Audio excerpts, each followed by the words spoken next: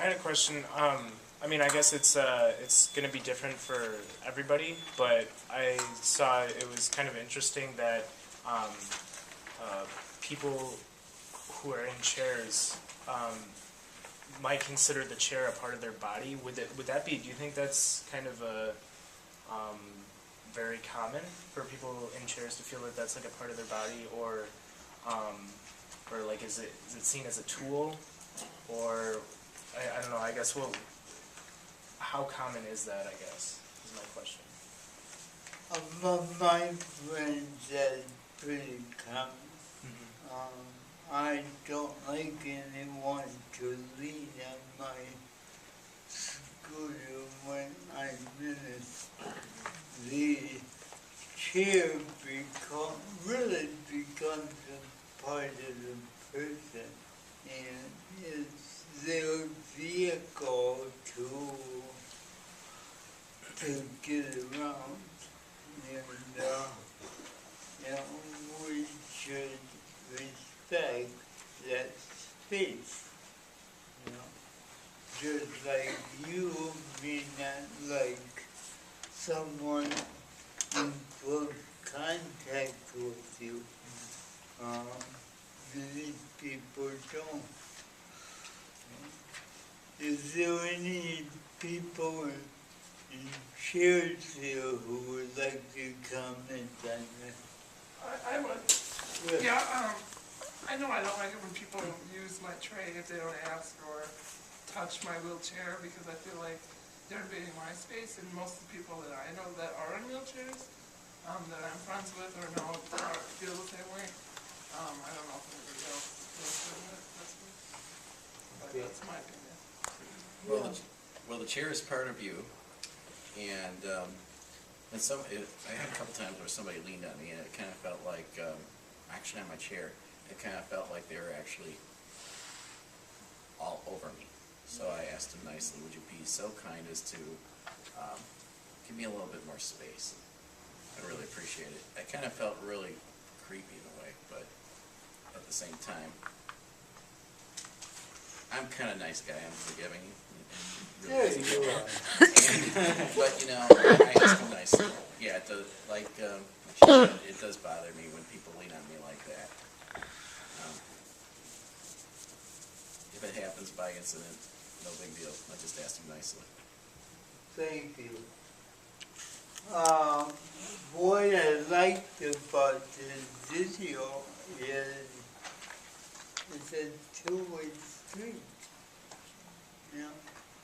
It's up to the person with the disability to let people know what takes them off.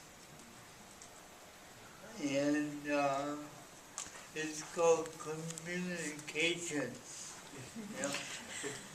And the frustrating part is sometimes that communication is one way, and then I get frustrated. I go into a tether, and I almost always feel bad about the experience, but you gotta communicate. Yeah. Do you mind if people ask you to repeat what you're saying because they can't understand your dialect at first? Or would you prefer them to nod and smile and just continue on even though they have no clue what you're saying? I would prefer them to ask me because whatever I say is extremely important.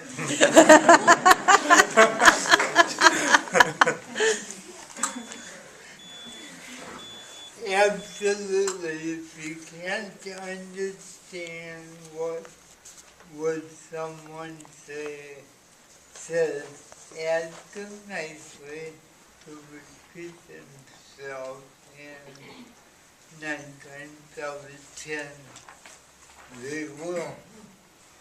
But we're all human.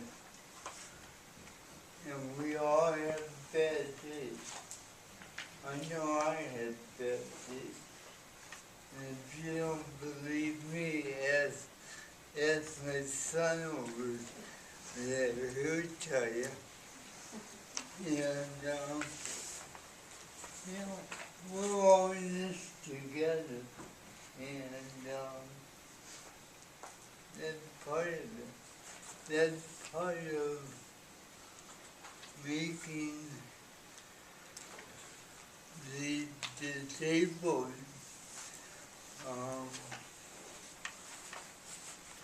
not locking us up, making our society accessible.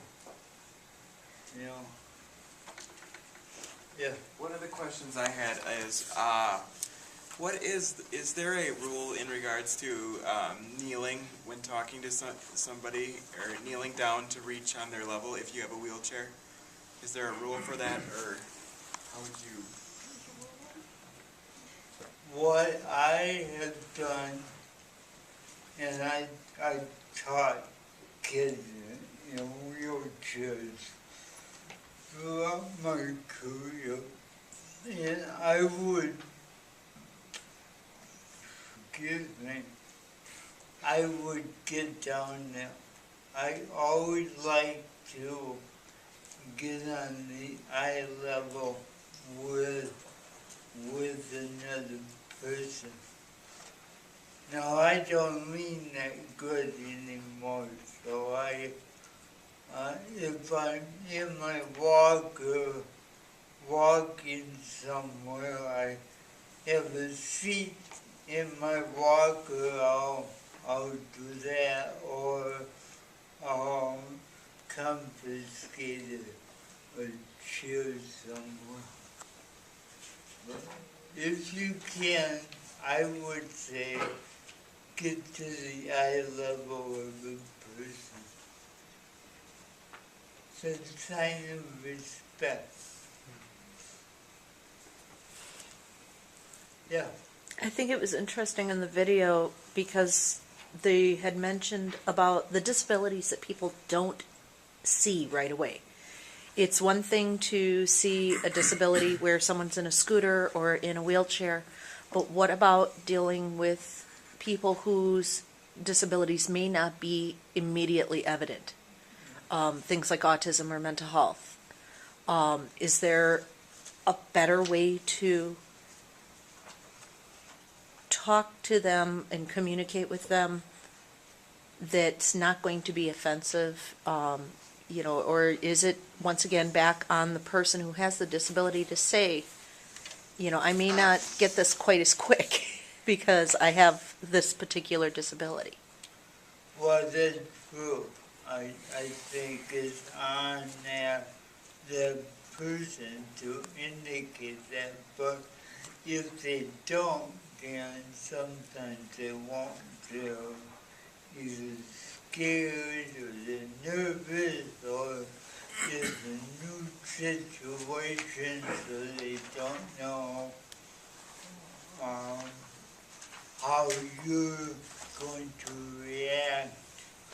What I would say is, I'm noticing this, and then state your behavior, the behavior you're noticing, and then say, is there any other way I could talk to you or express myself that would make you feel more comfortable?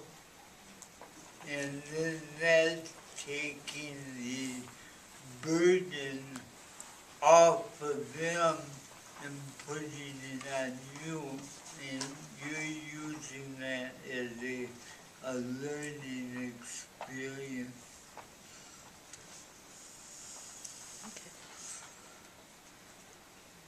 Okay. Why is it appropriate